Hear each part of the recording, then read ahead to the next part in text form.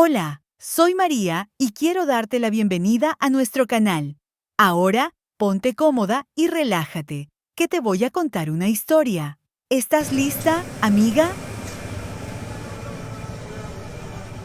Mi casa todavía humeaba cuando mi propio hijo me dijo que no podía pasar la noche allí. Estaba parada en el porche de Michael y Ellen, en el oeste de Houston, con el pelo húmedo por una lluvia salpicada de cenizas y aferrando una bolsa de plástico con mi pasaporte, el reloj de mi difunto esposo y un teléfono medio derretido. Mamá, es que... No es un buen momento, dijo Michael, mirando por encima de su hombro. La pequeña luz del porche zumbaba, atrayendo a las polillas. El humo se me había pegado como una segunda piel. No es un buen momento. Escuché mi propia voz quebrarse, pero aún así me obligué a sonreír. Puedo dormir en el sofá. Traje el inhalador de repuesto para Liam, por sus alergias, ¿recuerdas? Incluso después del incendio, le había pedido a un paramédico las cajas de agua de mi vecino para repartirlas entre extraños. Salvé el álbum de fotos que más le importaba a Michael, ese con las huellas de sus manitas pintadas con crayones. Se lo mostré en ese momento. Mira, cariño, puse esto a salvo. Detrás de él apareció Ellen, envuelta en una bata de seda impecable, con los brazos cruzados y una expresión tensa. Victoria, tenemos reuniones temprano. Podemos ayudarte a encontrar un hotel. Dijo la palabra hotel como si la pusiera entre comillas. Su mirada recorrió el hollín en mi cara. El seguro se encargará de esto. Es mejor que todos descansemos. Busqué en el rostro de Michael al niño que solía subirse a mi regazo después de los juegos de béisbol, con el pelo lleno de pasto. Él evitó mi mirada. Te llamaremos por la mañana, dijo. Te lo prometo.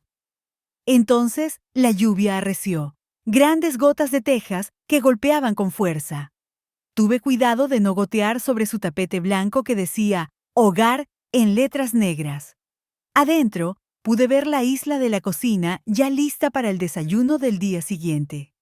Un frutero de acero, la vela con aroma a limón de Ellen y una pila ordenada de correo.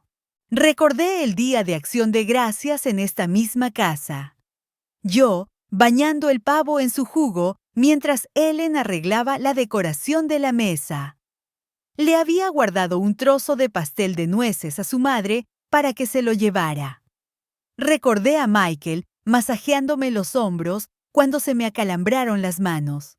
Recordé haber creído que todo eso significaba que yo tenía un lugar aquí. Está bien, dije. Sentía que las piernas no me sostenían. Gracias por abrir la puerta. La cerraron con delicadeza. Escuché el suave clic del cerrojo. Me senté en mi Camry bajo la luz de un farol, con la bolsa de mis recuerdos en el asiento del pasajero. El asiento olía a humo y a jabón de platos. Señora, creemos que empezó en la cocina, me había dicho un bombero, dándome una palmada en el hombro como un nieto tímido. Me había dado una manta térmica. La doblé cuidadosamente antes de irme. Me criaron para siempre poner las cosas de vuelta en su lugar. Mi teléfono vibró. Un mensaje de mi grupo de la iglesia. Un emoji de manos en oración. De mi vecina. Puedes quedarte aquí si quieres. Pero su cuarto de huéspedes no tenía puerta y un bebé recién nacido lloraba toda la noche. Llamé al número del seguro y escuché a una mujer llamada Erin hablarme con calma sobre plazos de procesamiento y documentación. Cuando le dije, perdí los documentos, ella respondió, le enviaremos una lista de verificación.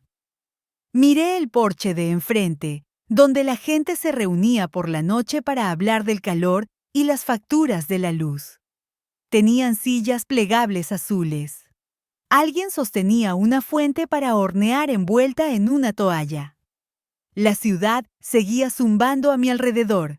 sirenas a lo lejos, el silbato de un tren, el chasquido húmedo de los aspersores.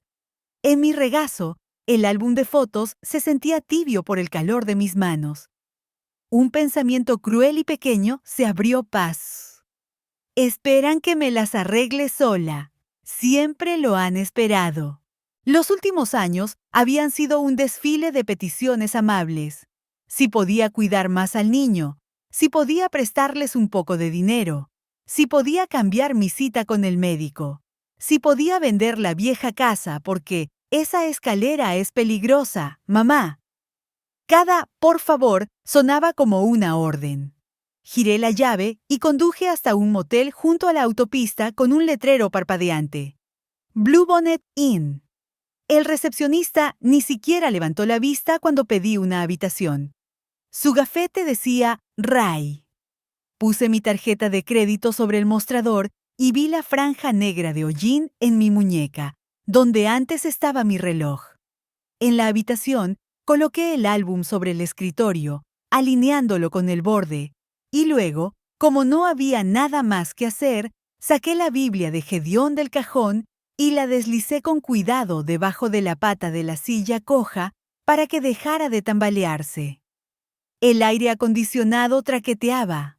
Mi pelo olía a azúcar quemada. Me acosté vestida y me quedé mirando el techo hasta que la sombra del ventilador dibujó sobre mí una cruz lenta y paciente. En algún momento, entre los clics del ventilador, lo sentí, un destello de dolor que no era por el humo.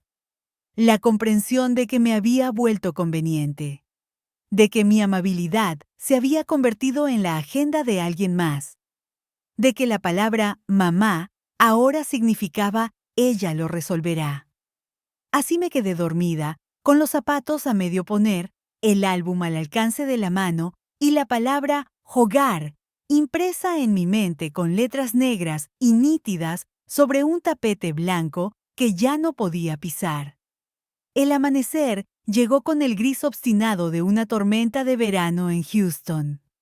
Me duché con el jabón del motel y vi cómo el agua corría oscura durante demasiado tiempo.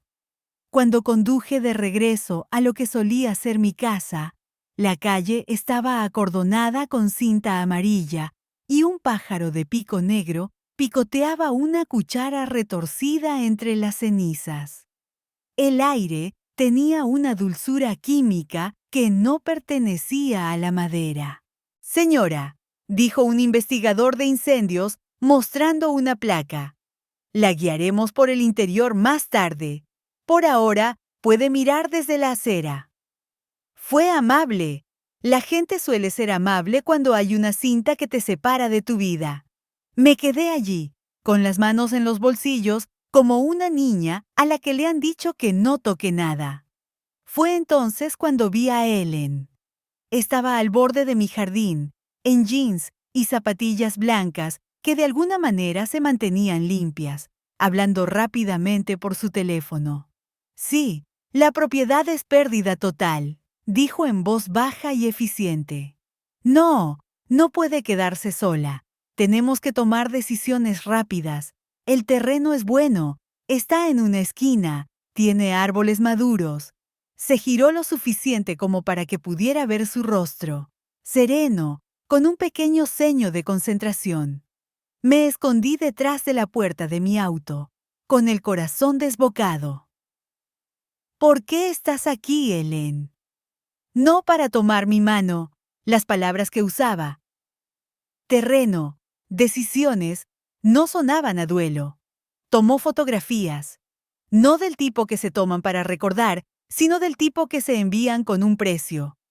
El investigador le hizo una seña a un colega. Me obligué a caminar por la acera hasta el límite de la propiedad.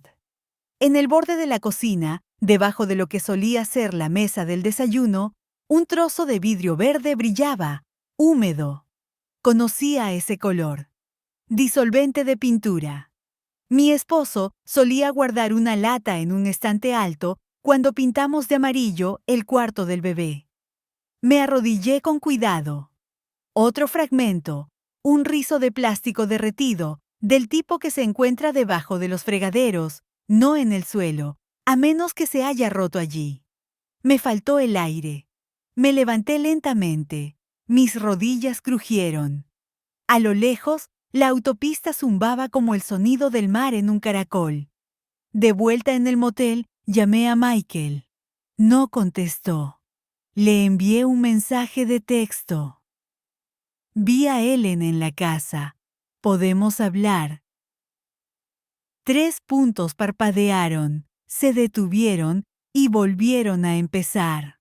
Mamá, solo estaba revisando que todo estuviera bien. No te estreses. El seguro se encargará. Descansa. Descansa, como si fuera un deber, como si no hubiera pasado años cargando con el descanso de los demás. Llamé a alguien a quien no había llamado en una década. Ed Whittaker, el hombre que me contrató recién salida de la universidad para llevar la contabilidad de su empresa de climatización. El hombre que siempre olía ligeramente a cedro y guardaba caramelos de limón en su escritorio. Había ido al funeral cuando Daniel murió y me dijo: «Si alguna vez necesitas algo, Vicky». Guardé su número como una superstición. «Vicky», dijo ahora, su voz era la misma, más firme que la mía. «¿De verdad eres tú?» «Necesito ayuda», dije. El aire acondicionado del motel sonaba más fuerte. «Creo que el incendio de mi casa no fue un accidente». Él no dijo: «¿Estás segura?». Dijo: «Ven a la oficina». Ed me sentó en una sala de juntas con sillas desiguales y me sirvió un café decente. Le conté todo. El porche, el álbum, Ellen en el jardín, el vidrio verde, la parte en la que Michael dijo «ahora no», la forma en que mi propio nombre sonaba en la boca de Ellen, cortante. «Bien», dijo Ed. «Primero, te quedarás en mi cuarto de huéspedes, sin discusiones. Segundo, traeremos a alguien que sepa de incendios. Y tercero», me miró por encima del borde de su taza, «vamos a frenar la velocidad con la que otras personas toman decisiones sobre tu vida». Llamó a una investigadora privada de su confianza, una mujer llamada Carla, con el pelo muy corto y un suave acento sureño. Nos encontró en mi calle a la mañana siguiente con una tabla de notas. Escuchaba más de lo que hablaba. Preguntó sobre llaves de repuesto, estados de cuenta bancarios, sobre quién había estado en mi casa últimamente. ¿Hubo alguna presión últimamente para que te mudaras? ¿Para que vendieras?, preguntó con el bolígrafo en alto. Recordé el comentario casual de Ellen en Pascua. «Esta casa es demasiado para mantenerla, Victoria. La gente mayor se muda a apartamentos con ascensor». Y al agente inmobiliario en la cena del domingo, riendo como si todos estuviéramos en la misma página. Recordé a Michael mirando fijamente su café cuando dije que todavía amaba mi jardín. «Un poco», dije. Carla asintió como si eso encajara en un patrón que ya conocía. «Estaré en contacto». Ellen llamó esa tarde. Su voz era del tipo que se reserva para el servicio al cliente. «Victoria, no podemos permitir que estés insegura.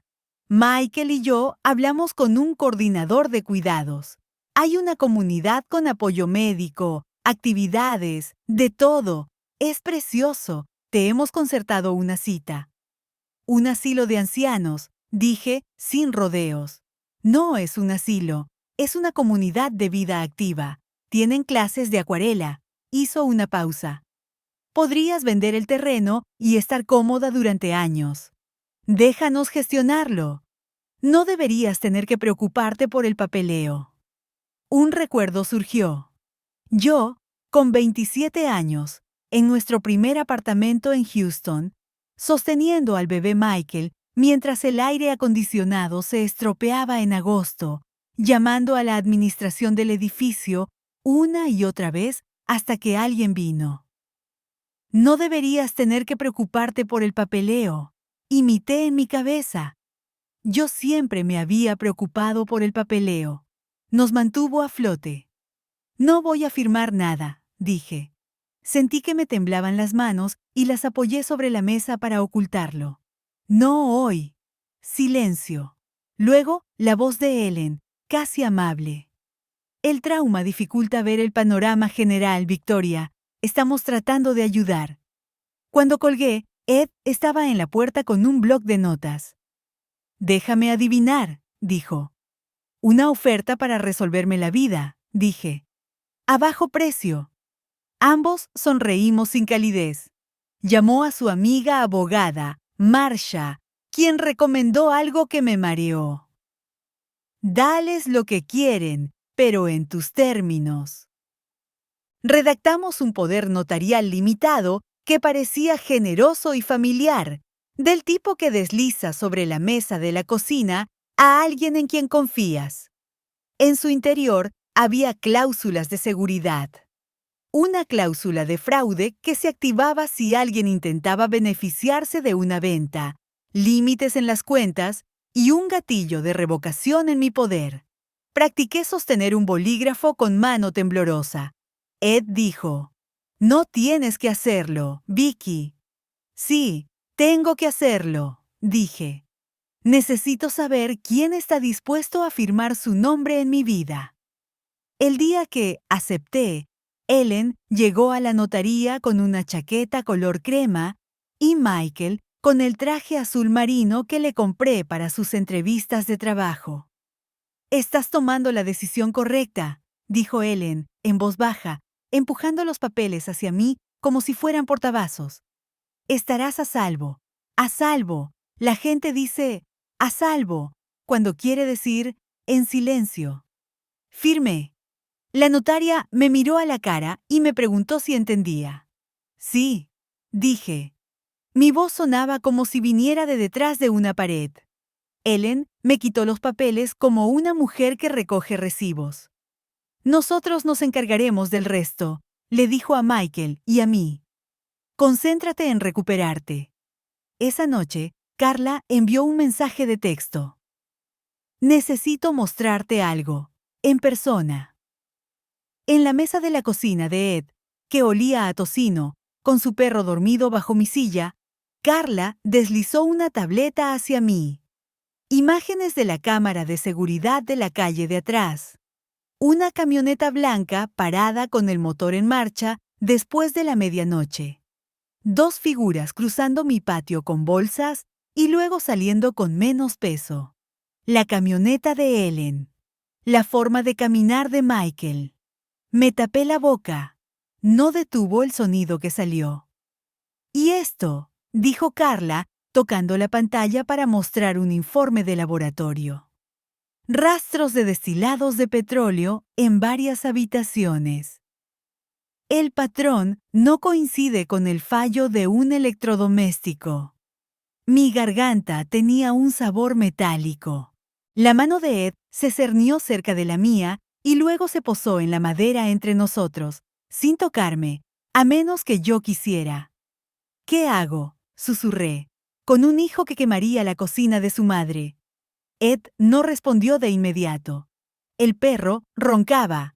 Afuera, las cigarras chillaban. «¿Le recuerdas que tú le enseñaste para qué sirve una estufa?», dijo finalmente. «Y se lo demuestras al resto del mundo». A la mañana siguiente, Ellen llamó, radiante. «Grandes noticias, Victoria. Tenemos un comprador listo. Cierre rápido. Es el momento perfecto». «El momento», dije, con los ojos fijos en las imágenes, el recuerdo del vidrio verde cortando como el borde de una botella. «Estaré allí». «¿Dónde?», preguntó ella, cautelosa. «En la oficina de títulos de propiedad», dije. «Llevaré mi identificación». Colgué y me miré las manos. Eran las manos que habían preparado almuerzos, ajustado corbatines, firmado cheques, limpiado la sangre de rodillas raspadas, firmado un certificado de matrimonio. Las flexioné. La piel se movió como el papel. Ed deslizó una taza de café hacia mí. «¿Lista?». «Se acabó el ser conveniente», dije. Él asintió una vez.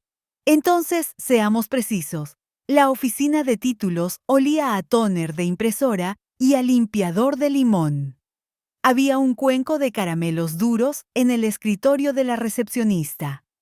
Los envoltorios tenían pequeños limones impresos, del tipo que Ellen pondría en un plato para que pareciera caro. Ella llegó 5 minutos antes con un vestido entallado, el pelo perfecto, una carpeta de cuero abrazada a sus costillas como un bebé. Michael la seguía con la mandíbula apretada. Sus ojos evitaban los míos y se fijaban en las paredes. «Victoria», dijo Ellen. Su voz era fría. «Gracias por venir. Solo vamos a firmar algunas cosas y luego podrás relajarte». «Relajarme». Siguen eligiendo la palabra equivocada. El agente de títulos, un hombre con una corbata de la bandera de Texas, desplegó los documentos como un abanico. «Aquí estamos», dijo alegremente. «Transferencia de propiedad, autorizaciones de desembolso, reconocimientos para el poder notarial. Están muy bien organizados». Ellen se iluminó con eso. Michael tamborileaba con el pie. Miré la línea donde estaba impreso mi nombre, el espacio punteado que esperaba una firma y una vida. «Antes de firmar», dije, «tengo que hacer una llamada». Me aparté y marqué un número que ya me sabía de memoria. La puerta se abrió detrás de mí. Ed entró con Carla. Detrás de ellos, 2 oficiales uniformados. El bolígrafo de alguien dejó de raspar el papel.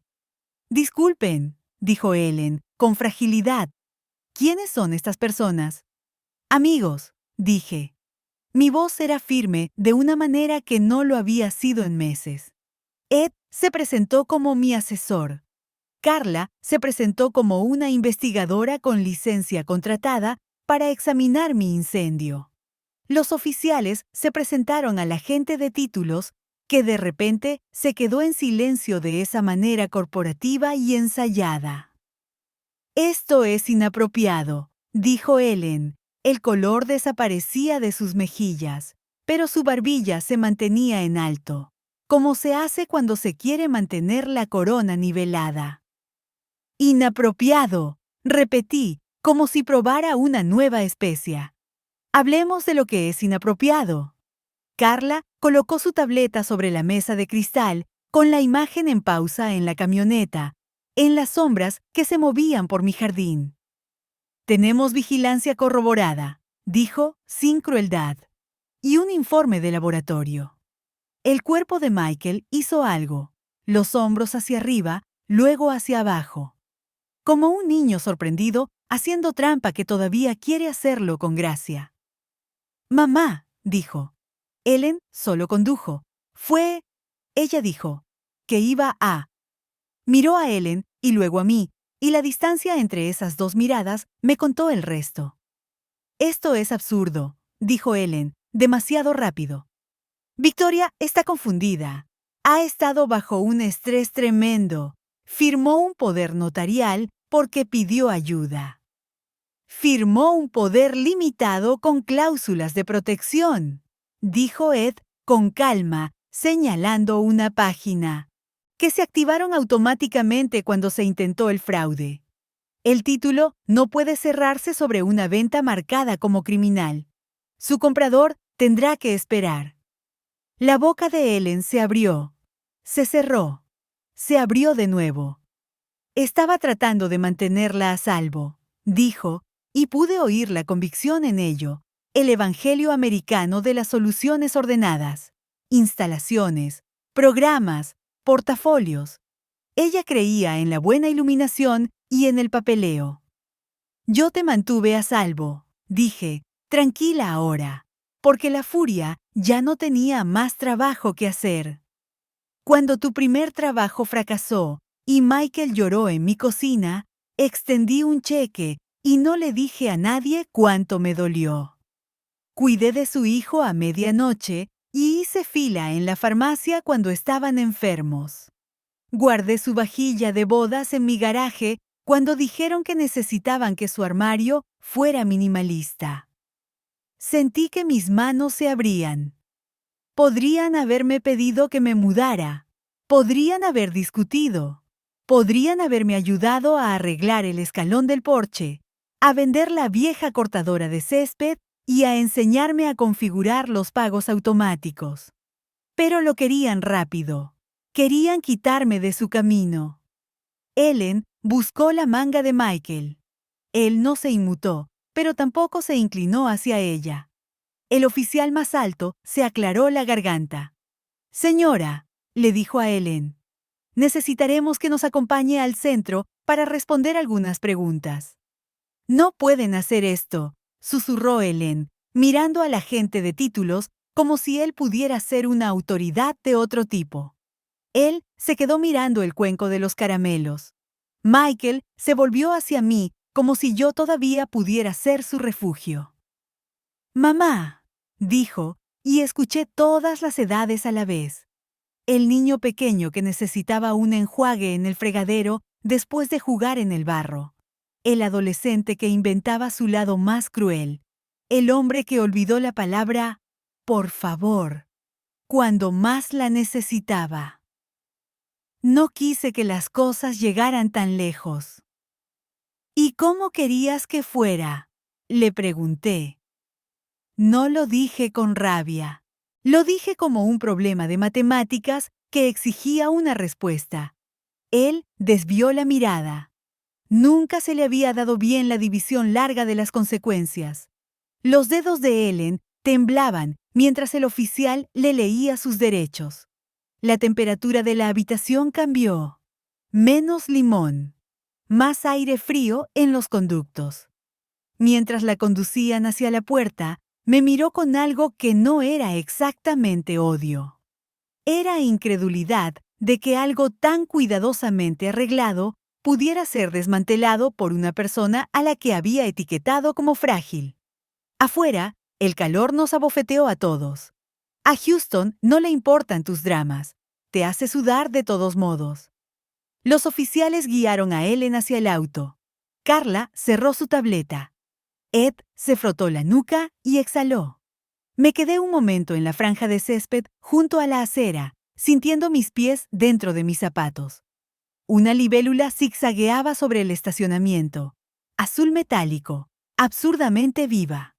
Me permití sentirlo, el duelo que llegó tarde y de lado, la pérdida de una versión de mi hijo que había llevado en mi pecho como una vela que volvía a encender cada vez que la habitación se oscurecía. La cera, finalmente, se había derretido. La mecha se había consumido. ¿Puedo llevarte a casa?, preguntó Ed. ¿Y dónde es eso?, dije, sin ser antipática. Donde tú quieras, dijo, y su voz no tembló en el tú. El hogar, por un tiempo, fue el cuarto de huéspedes de Ed con la colcha que hizo su hermana. Bloques rojos, costuras blancas como pequeños caminos. Etiqueté un contenedor de plástico como «importante» y puse el álbum encima. Las señoras de la iglesia vinieron con guisos en papel de aluminio e historias sobre sus propios hijos y sus propias decepciones. Comimos en platos de papel y le dimos las migajas al perro. Carla me visitó una vez más para dejar copias de los informes. «Lo hiciste bien», dijo. «La mayoría de la gente simplemente se rinde». «He pasado toda mi vida doblando sábanas ajustables», le dije. Resulta que estaba entrenando. El seguro avanzaba como un desfile en julio. Lento, bonito, demasiado ruidoso. Hubo ajustadores, formularios y una discusión sobre mejoras de código. Los meses se acumularon. Aprendí a decir «mi abogado», sin disculparme por el lujo de la frase. El terreno fue despejado. El roble del patio trasero sobrevivió. Atraía el cielo hacia él como algo seguro. Me paré debajo de él y me sentí menos sola que en habitaciones llenas de gente que me amaba incorrectamente. Michael llamó 2 veces. La primera vez lloró tanto que apenas pude entenderlo. Quería la absolución como un hombre quiere la sombra en agosto. de inmediato y sin merecerla. La segunda vez, dijo que el abogado de Ellen era agresivo, que las cosas estaban complicadas y que esperaba que yo no alargara esto. No estoy alargando nada, dije. Estoy caminando a mi propio ritmo. Nos quedamos en silencio por un momento. Tú elegiste una puerta y me la cerraste, dije. Ya no se cierra con llave desde mi lado. Planté tomates en un barril de whisky con Ed, quien actuaba como si fuera normal que una mujer de mi edad planeara el verano en febrero. Estuvimos en el centro de jardinería oliendo la albahaca. Una noche, en la cocina, me besó como si hiciera una pregunta. Dije que sí, como una respuesta que había estado guardando. Cuando vertieron los cimientos de la nueva casa en el antiguo terreno, más pequeña, con más ventanas, lloré detrás de mis gafas de sol y no fingí que era por alergias. El jefe de la cuadrilla, un chico con un tatuaje de estrella en la muñeca, me entregó un marcador. ¿Quiere escribir algo antes de que se seque?, me preguntó. Me arrodillé con cuidado y escribí mi nombre y el de Daniel, y la palabra quedarse. No para nadie más, para los huesos de la casa. Un año después, sentada en mi nuevo porche con un vaso de té dulce que me permito diluir exactamente como me gusta, observé a los niños del vecindario dibujar galaxias de tiza en la acera. El roble proyectaba su sombra profunda, reclamando su mismo lugar de siempre.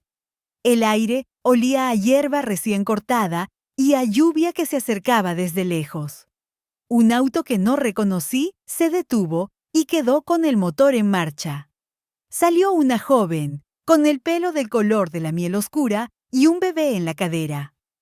«Señora Whittaker», llamó, y luego se corrigió. «Lo siento. Señora Vicky, soy Alisa». Su voz tembló. «De parte de Michael». Miró al bebé y luego a mí. Quería que conociera a su nieta. Se me secó la boca. «No tenías que venir», dije, porque la generosidad es un músculo y quería moverlo a propósito. «Sí, tenía que hacerlo», dijo. «Quería decirle que no soy como ellos, y lamento haberme quedado callada cuando no debía». Sostuve a la bebé como una linterna prestada. Olía a leche, a suavizante de telas y a esa dulzura de ser nuevo que te hace recordar cada cosa buena que has hecho. «Aquí estás a salvo», le dije a Lisa, y me di cuenta de que me refería a mí también.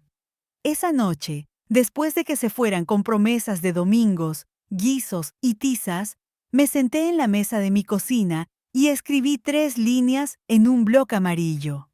La primera era una lista de compras. La segunda era una pregunta para mi contratista. La tercera era una frase que dije en voz alta a la habitación vacía para que las paredes la aprendieran. No soy conveniente, soy necesaria. Hay una tristeza que nunca se va, como un marco de fotos en una pared que aún no tiene nada dentro. Le quito el polvo, lo miro, dejo que sea parte de la habitación.